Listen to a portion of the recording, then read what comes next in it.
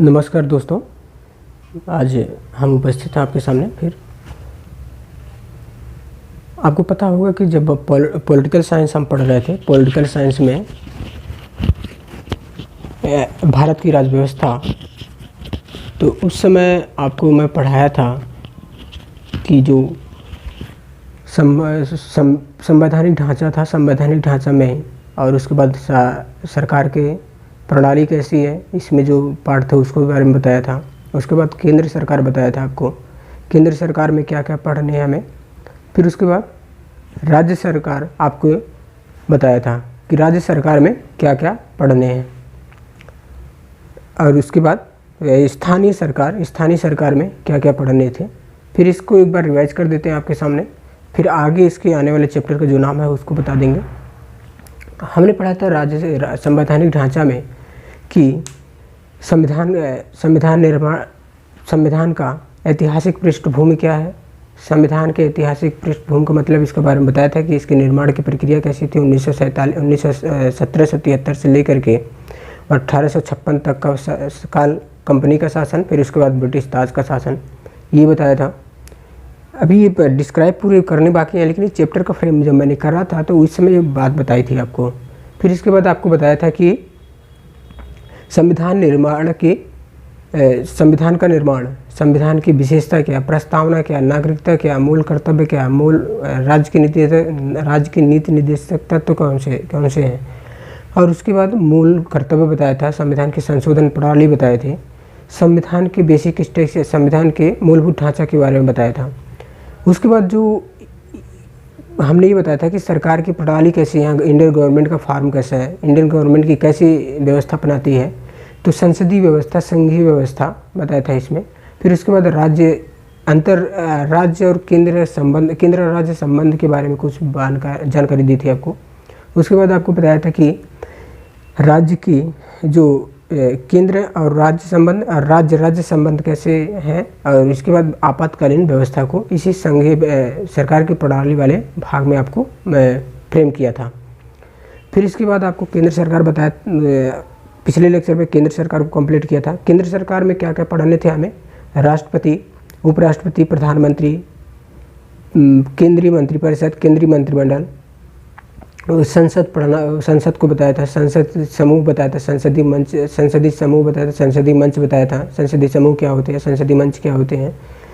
फिर इसके बाद आपको बताया था कि जो उच्चतम न्यायालय क्या है, इसके जो सदस्य होते हैं उनका नियुक्ति कैसी होती है, शपथ क्या, ये सब सारी बातें फ्रेम किया था हमने।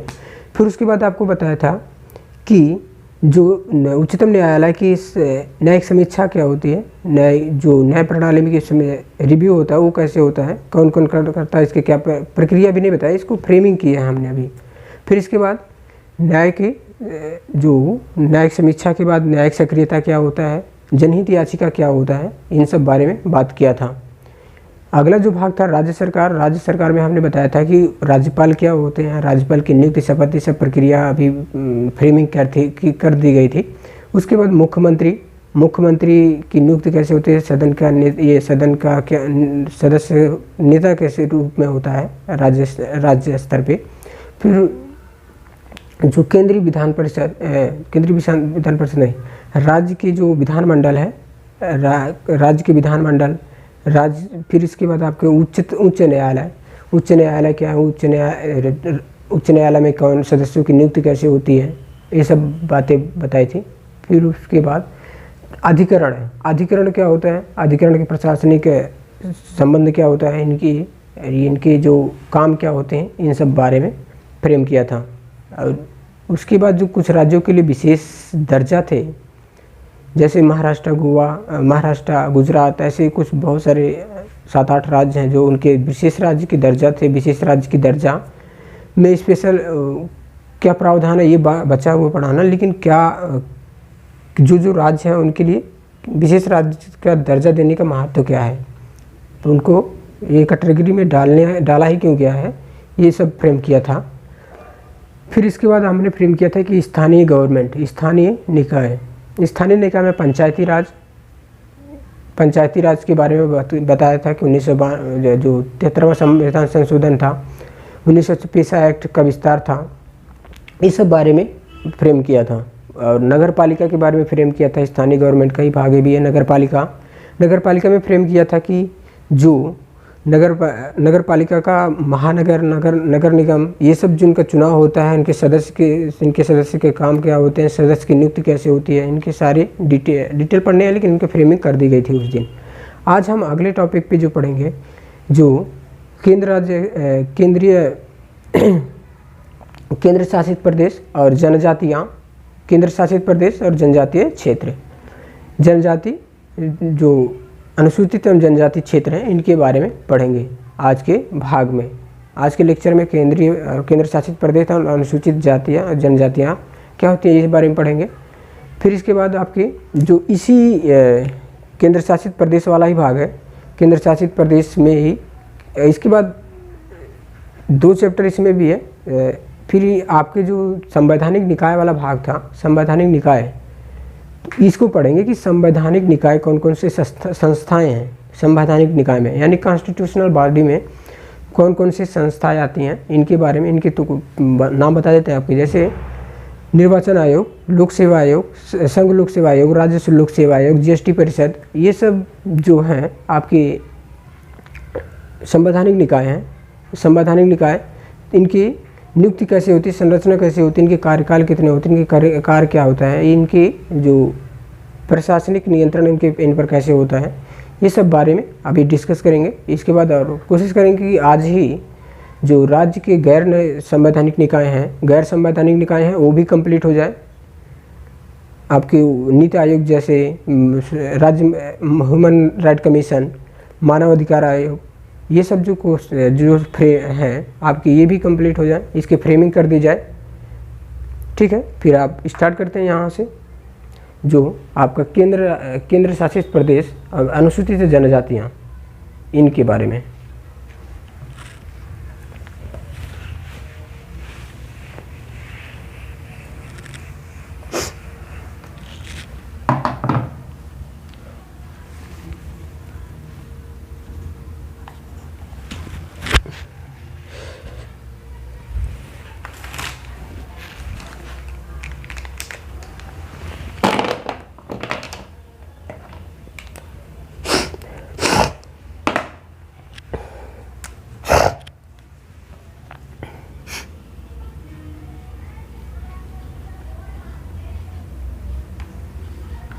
केंद्र शासित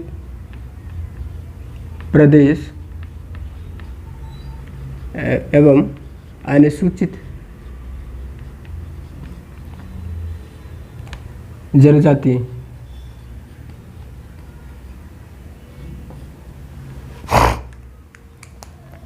यहाँ हमें कहें कि जो विशेष क्षेत्र है इसका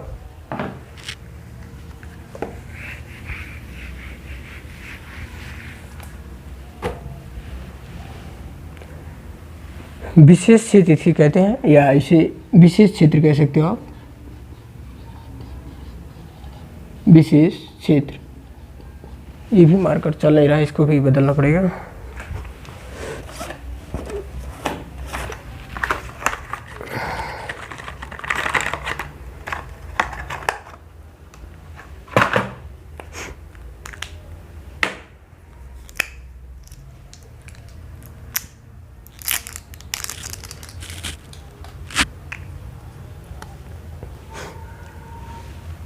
ये आपका था 6ठा भाग। ठीक है, केंद्र शासित प्रदेश एवं विशेष क्षेत्र जो था। इसके बाद इसमें जो पार्ट थे,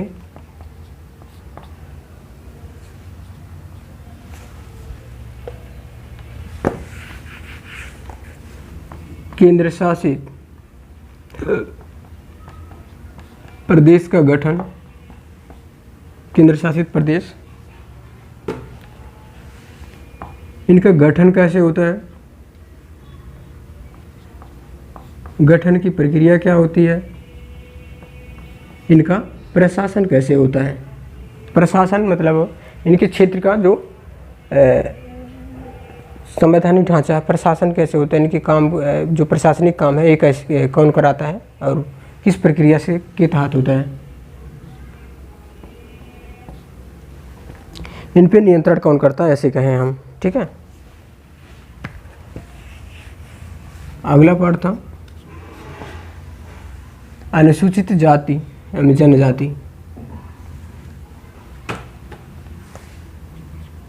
अनुसूचित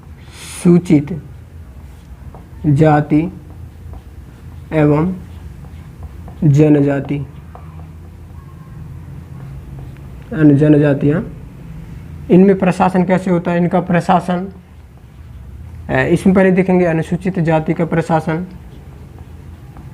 अनुसूचित जाति का प्रशासन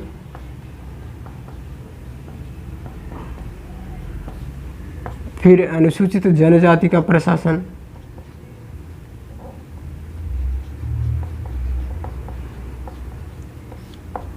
जनजाति का प्रशासन,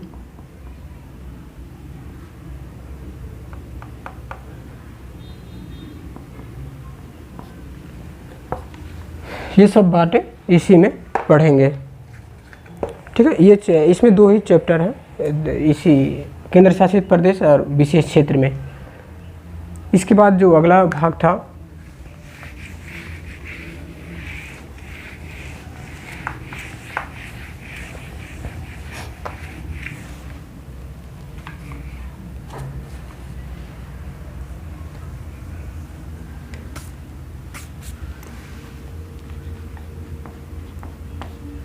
संवैधानिक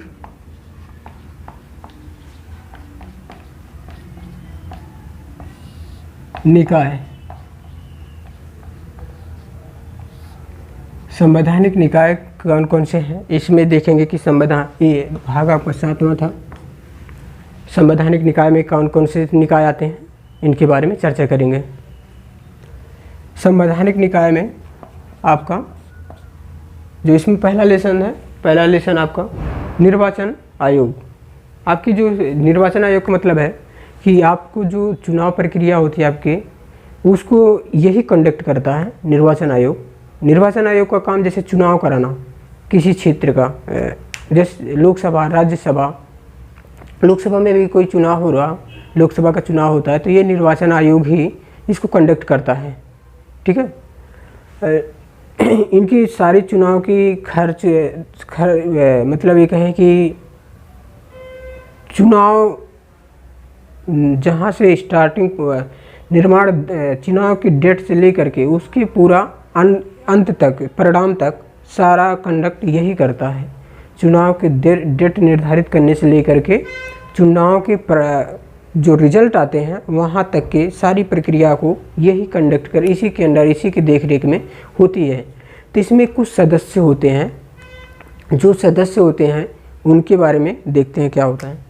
इनकी निर्वाचन आयोग,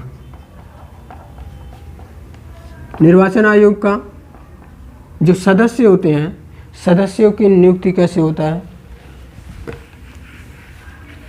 सदस्यों का नियुक्ति कौन करता है,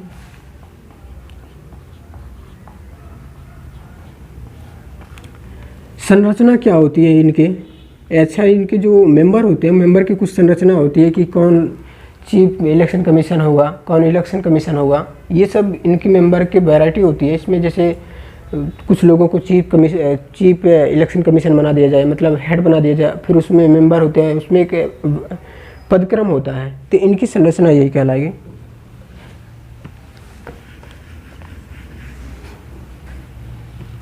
इनका निष्कासन, या हमें कहें कि इनको किस प्रक्रिया के तहत हटाया जा सकता है, निष्कासन इसी को बोलते हैं। महाभियोग तो नहीं कह सकते यहाँ, क्योंकि इनको निष्कासन कैसे होता है ये देखते हैं। निष्कासन, इनका वेतन, कार्यकाल, शपथ, ये कार्यकाल, ये सब चीज़ें इसी निर्वाचन आयोग वाले चैप्टर में पढ़ेंगे कि इनकी नियुक्ति कौन करता है, संरचना कौन इनकी कैसी होती है, इनके सदस्य कितने होते हैं, इनका निष्कासन के, इनका मतलब हटाया कैसे जा सकता है इनको, इनके वेतन कितने होते हैं, इनके कार्यकाल कितने होते हैं। कार्यकाल का मतलब ये है कि ये कितने अवधि तक अपने एक पद पर रह सकते हैं, ये बात इसमें आती है आपका। फिर इसके बाद इसी चैप्टर में इसके बाद वाला जो अगला संवैधानिक निकाय है, अगले संवैधानिक निकाय में आपके संघ लोक सेवा आयोग जो यूपीएससी कंडक्ट कराता है, संघ लोक सेवा आयोग,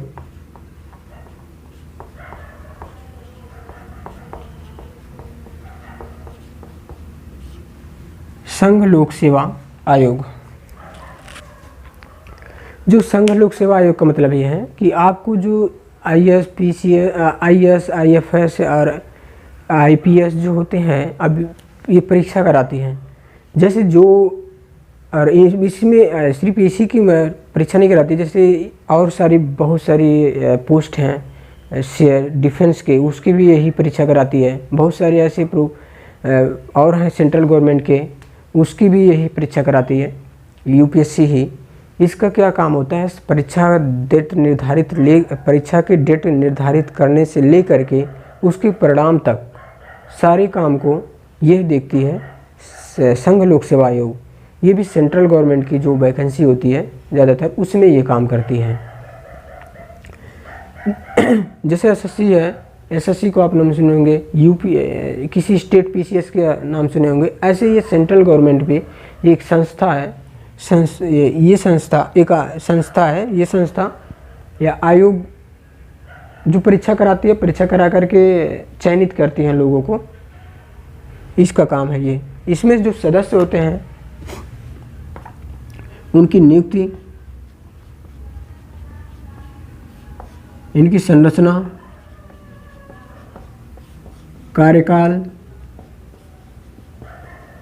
वेतन, निष्कासन, इनके जो है इनकी जो भूमिका है, यानी कहें कि इनकी जो काम होते हैं, काम की प्रक्रिया क्या होती है, इनकी स्वतंत्रता क्या होती है, ये सब बातें इसी वाले भाग में पढ़ेंगे। काम की भूमिका,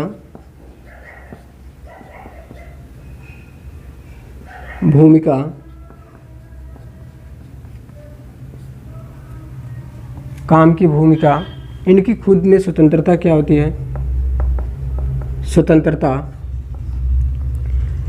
काम की भूमिका, स्वतंत्रता, ये संघ लोक सेवा आयोग है। इसी तरीके से राज्य स्तर पे जो होते हैं, राज्य स्तरीय उसे कहते हैं राज्य लोक सेवा आयोग। इसी भाग का अगला चैप्टर है राज्य लोक सेवा आयोग।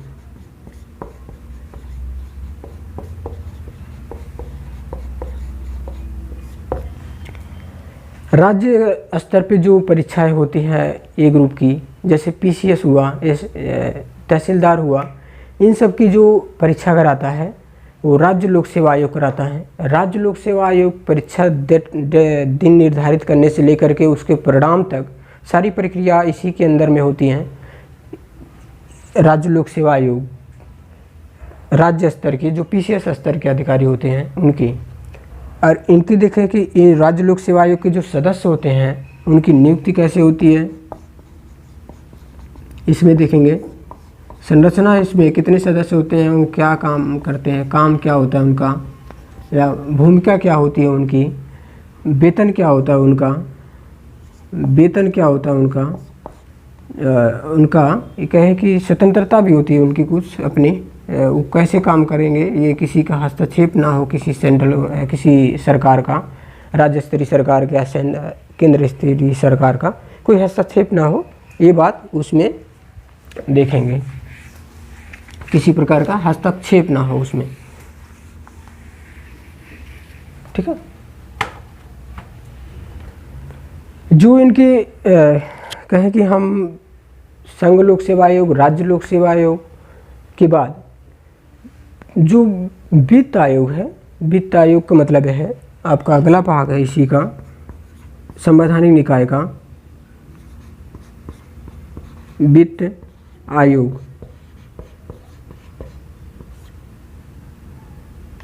ठीक है। वित्त आयोग में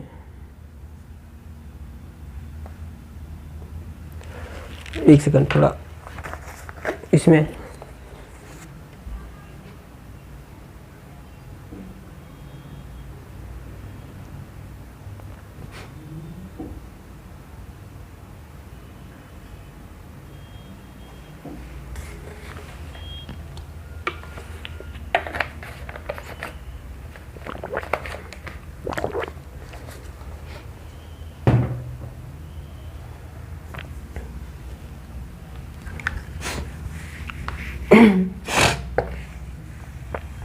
ये जो वित्त मंत्री होता है,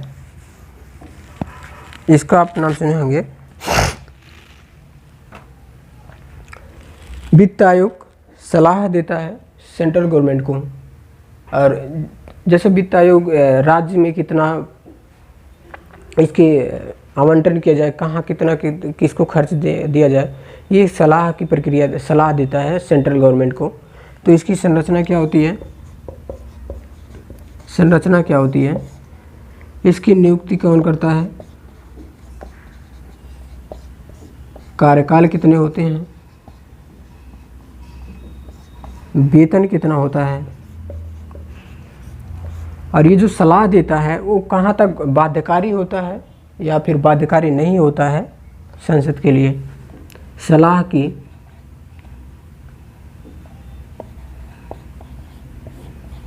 की प्रकृति क्या होती है, बाध्यकारी होती है कि बाध्यकारी नहीं होती है, ये सब इसी में पढ़ेंगे। ठीक है। इसके बाद जो संवैधानिक निकाय में निर्वाचन आयोग, संघ लोक सेवा आयोग, राज्य लोक सेवा आयोग, वित्त आयोग, इसके बाद अभी इसमें चैप्टर ज़्यादा है संवैधानिक निकाय में, कॉन्स्टिट्यूशनल बॉडीज।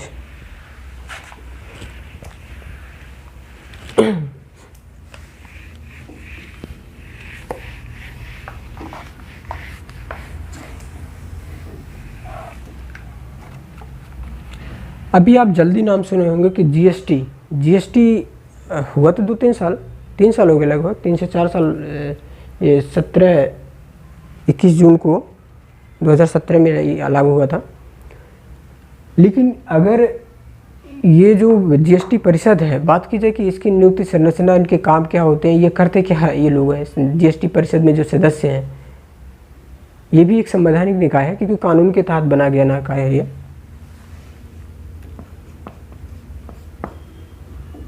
वस्तु एवं सेवा कर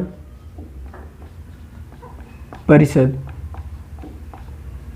वस्तु एवं सेवा कर परिषद,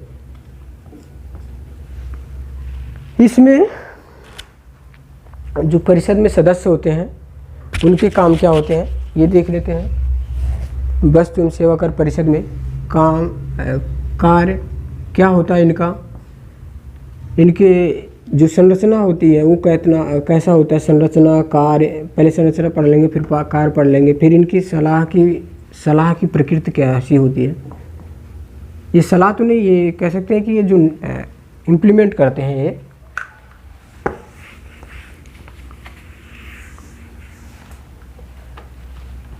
इनके कुछ अपने जैसे टैक्स लगाने का काम करते हैं। ये टैक्स मतलब इनका कर का दर क्या होगा ये निर्धारित करते हैं, और दर कितना होना चाहिए कि किसी के ऊपर बोझ ना हो, वो दर भारी भरकम ना लगे किसी को, ऐसा इन बातों का निर्धारित करते हैं ये। इनका लक्ष्य क्या है, इनकी दूरदृष्टिता क्या है, दृष्टि क्या है, इनकी दूरदृष्टि क्या है, और इनके जो काम है ये वाले भाग इसी में पढ़ेंगे। वस्तु एवं सेवा कर परिषद जो संवैधानिक निकाय का अगला भाग था, पार्ट था। इसके बाद आपको जो वस्तु एवं सेवा कर परिषद, आप ये देखे होंगे कभी कि कोई जाति है, कास्ट सिस्टम है, उसके लिए कुछ आयोग बना दिए जाते हैं, मतलब उसके पर्सनली उस जाति के संरक्षण के लिए आयोग बना दिए जाते हैं। उस जैसे अनुसूचित जातियों के लिए आयोग, अनुसूचित जनजातियों के लिए आयोग, फिर ओबीसी के लिए आयोग, फिर ऐसे कुछ विशेष भाषाई अल्पसंख्यक हैं उनके लिए आयोग। तो इसके बारे में पढ़ेंगे। अनुसूचित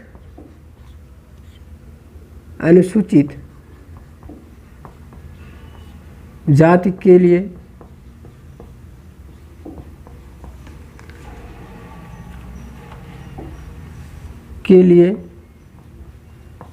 आयोग, अनुसूचित जनजाति के लिए आयोग। जो इसमें सदस्य होते हैं, सदस्य की संरचना कैसी होती है, सदस्य या हम कहें कि इनकी सदस्यों की नियुक्ति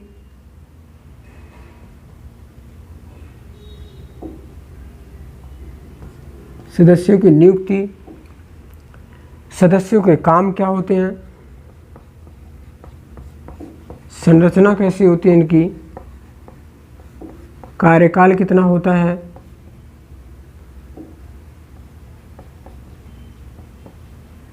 वेतन कितने होते हैं, ये सब सारी बातें इसी वाले में पढ़ेंगे। और इनके जो अपने जो अनुसूचित जनजाति हैं, अनुसूचित जाति हैं, इनके संरक्षण के लिए ये काम करते हैं। इनसे संबंधित कोई मुद्दा होता है या कोई पढ़ाई से संबंधित या फिर ज़मीन से संबंधित या फिर कोई सोशल इशू से संबंधित, रेवेन्यू से संबंधित, ऐसा कोई मैटर ऐसे कास्ट जो है इनसे संबंधित होता है, तो ये सबसे पहले ये आगे आता है इनको बचाने के लिए या इनको प्रमोट करने के लिए या इनको सुरक्षा देने के लिए। ये आयोग इनकी सुरक्षा के लिए काम करता है। इनके सदस्य को नियुक्त कौन करता है, संरचना क्या होती है, कार्यकाल कितना होता है, वेतन क्या होता है, इनके कार्य होती है, कार्य की प्रकृति कैसी होती है, कार्य की प्रकृति कैसी होती है, अर्थात ये बाध्यकारी जो काम कहते हैं वो क्या बाध्यकारी होता है या फिर बाध्यकारी नहीं होता है। ये बातें इसमें देखेंगे। फिर इसके बाद आपका इसी में अगला चैप्टर है अनुसूचित जनजाति के लिए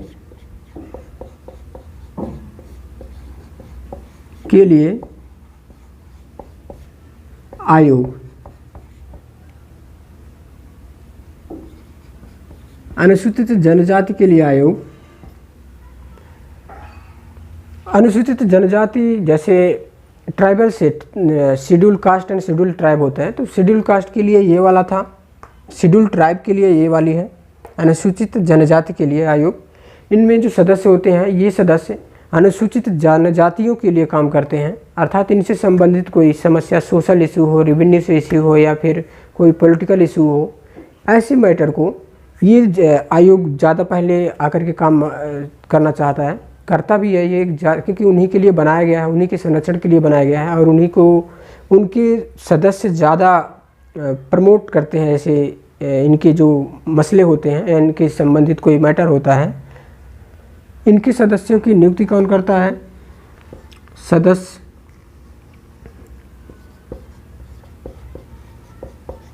सदस्यों की नियुक्ति, कार्यकाल, वेतन, इनकी जो कार्य की प्रकृति होती है, क्या बाध्यकारी होती है कार्य की प्रकृति या नहीं, कार्य की प्रकृति, ठीक है।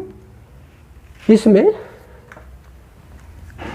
जो ये रिपोर्ट कुछ सब होते हैं इनके कार्य का प्रतिवेदन, आयोग के कार्य या सलाहकारी प्रकृति इनके जो होते हैं ये भी देखेंगे इसी में ही।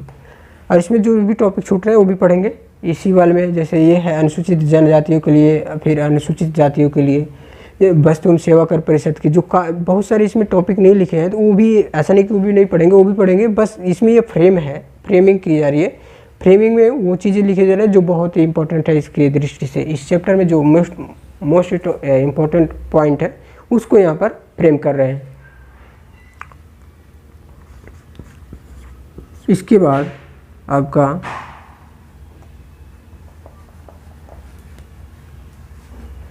अनुसूचित जनजाति, अनुसूचित जाति देखा। ऐसे आप देखे होंगे कि जो ओबीसी कमीशन है, ओबीसी कमीशन मतलब अदर बैकवर्ड क्लास का जो कमीशन है, आयोग है, वो क्या करता है, ओबीसी से संबंधित कोई मसला है, कोई सोशल इशू है, पॉलिटिकल इशू है, रेवेन्यू इशू है, या फिर कोई ऐसा मैटर है जो ओबीसी को प्रभावित करता है, उस पे ओबीसी के लोग चाहते हैं कि ये काम ओबीसी कमीशन करे, तो वैसे मैटर को ओबीसी कमीशन उस इशू को ऊपर लाता है और उसे नेशनल स्तर पर डिस्क्राइब और उसको हल करने की कोशिश करता है। उसे कहते हैं पिछड़े, या हम कहें कि ओबीसी, इसको ऐसे नहीं, राष्ट्रीय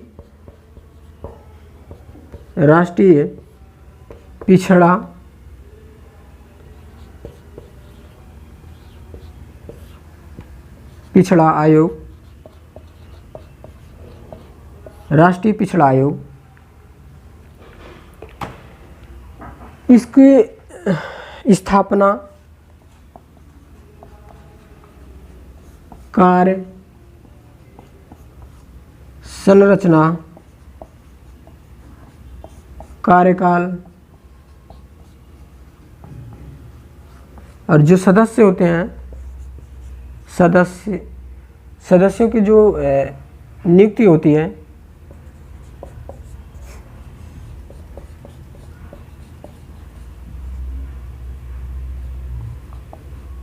ये सब बातें इसमें पढ़ेंगे। और इसकी सलाह की प्रकृति क्या होती है, किस प्रकार के इनकी सलाह क्या बाध्यकारी होती है या नहीं होती है, ये सब इसी में पढ़ेंगे। राष्ट्रीय पिछड़ा आयोग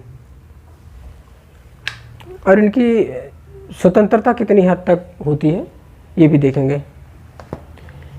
इसके बाद आप सुने होंगे कि कुछ विशेष कुछ ऐसे जाति हैं जो भाषा के रूप में, या फिर हम कहें कि उनकी संख्या कम है, तो उनको भाषा के रूप में परिभाषित करके कि वो भाषा की दृष्टि से बहुत अल्पसंख्यक लोग हैं और उनके संरक्षण के लिए एक सदस्य की नियुक्ति की जाती है, एक कमिश्नर की नियुक्ति की जाती है, आयुक्त की नियुक्ति की जाती है। अगला चैप्टर इसी में है, भाषाई अल्पसंख्यक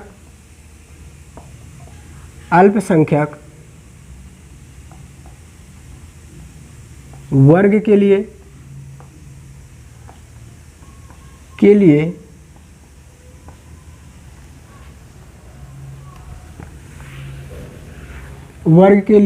विशेष अधिकारी,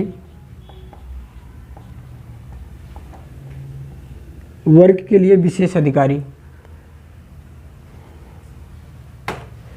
इसका नियुक्ति से लेकर के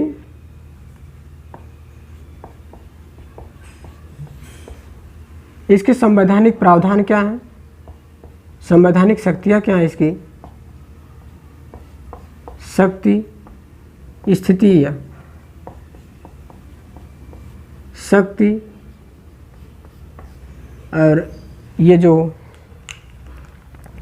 भूमिका इसकी क्या होती है,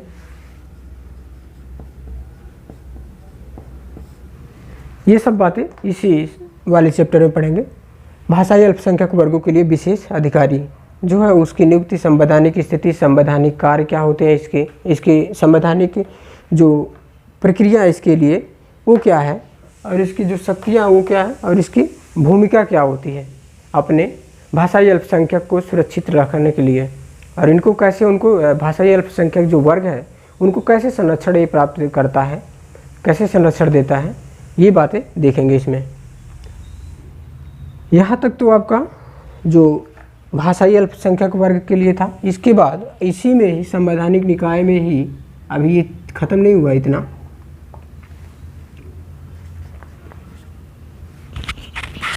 भाषाई अल्पसंख्यक जो वर्ग है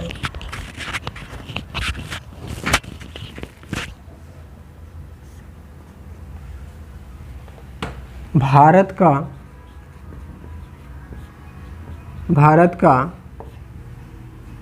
नियंत्रक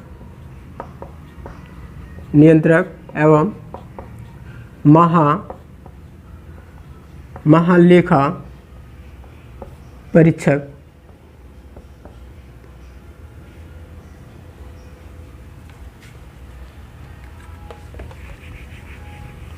महालेखा परीक्षक ठीक है। भारत का नियंत्रक एवं महालेखा परीक्षक अर्थात editor general of India, editor जो होता है मतलब नियंत्रक करता है भारत के नियंत्रक और महालेखा परीक्षक। इसकी जो नियुक्ति संरचना, या हम कहें कि इसके कार्यकाल, वेतन,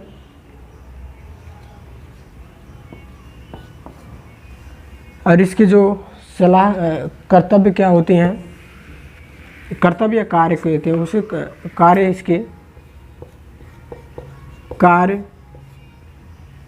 इसके कार्य क्या होते हैं, और इसकी जो स्वतंत्रता होती है कितनी हद तक होती है, कि अपने आप में स्वतंत्र कितना है, ये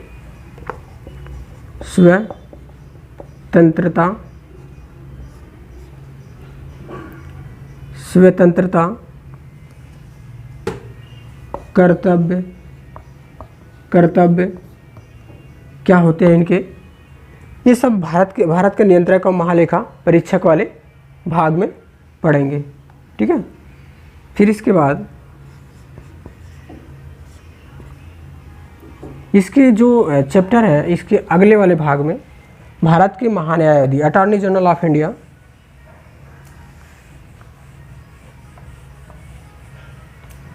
भारत के महान्यायवादी,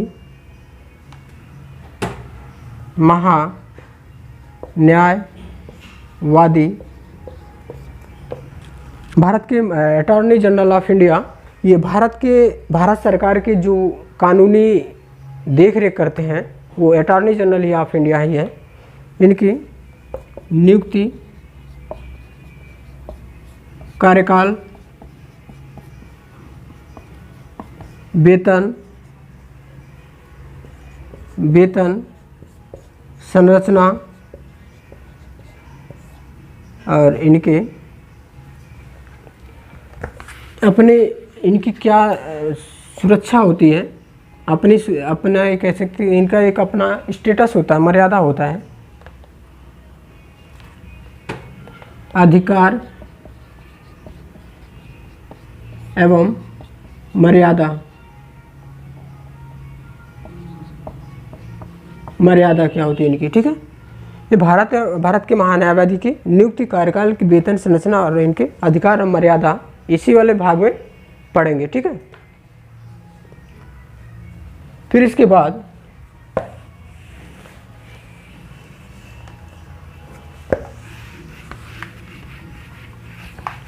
ये जो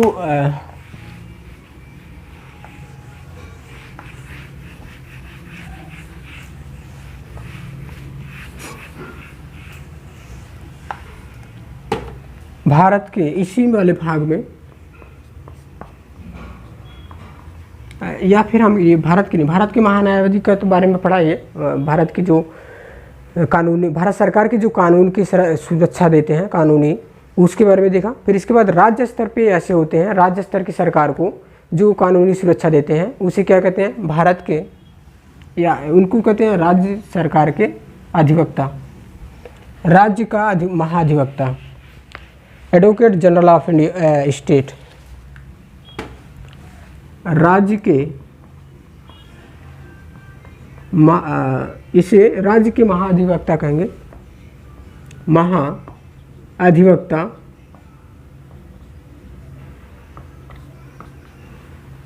राज्य के महाधिवक्ता का मतलब यह है कि ये राज्य स्तर पे जो भी कानूनी सलाह प्रक्रिया होती है वो राज्य सरकार को मिल करके काम करते हैं। राज्य सरकार के पूरी कानूनी प्रक्रिया का सपोर्ट करते हैं। ये कोई मान लो केस हुआ जो हाई कोर्ट में गया, तो उसमें राज्य सरकार से संबंधित अगर कोई केस है तो राज्य सरकार को जो केस को हैंडल करेगा उसकी तरफ राज्य सरकार की तरफ से यही व्यक्ति हैंडल करेगा, मतलब उसको देख रेख करेगा, उसको अपने लक्ष्य की प्राप्ति करने के लिए हर संभव प्रयास करेगा। यही महाअधिवक्ता, एडवोकेट जनरल ऑफ स्टेट। इसके नियुक्ति, कार्यकाल, वेतन, संरचना, इनकी जो अधिकार,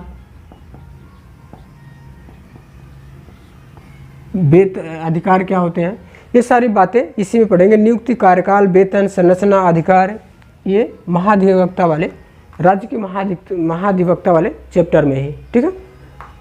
इसके बाद जो ये चैप्टर, ये भाग यहाँ पर समाप्त होता है आपका, कि महाधिवक्ता वाला जो भाग है ये इसका संवैधानिक ढांचे का लास्ट चैप्टर था। इसके बाद अगले भाग के रूप में देखें कि जो गैर संवैधानिक, टाइमिंग देख लेते हैं पहले कितना हो रहा है।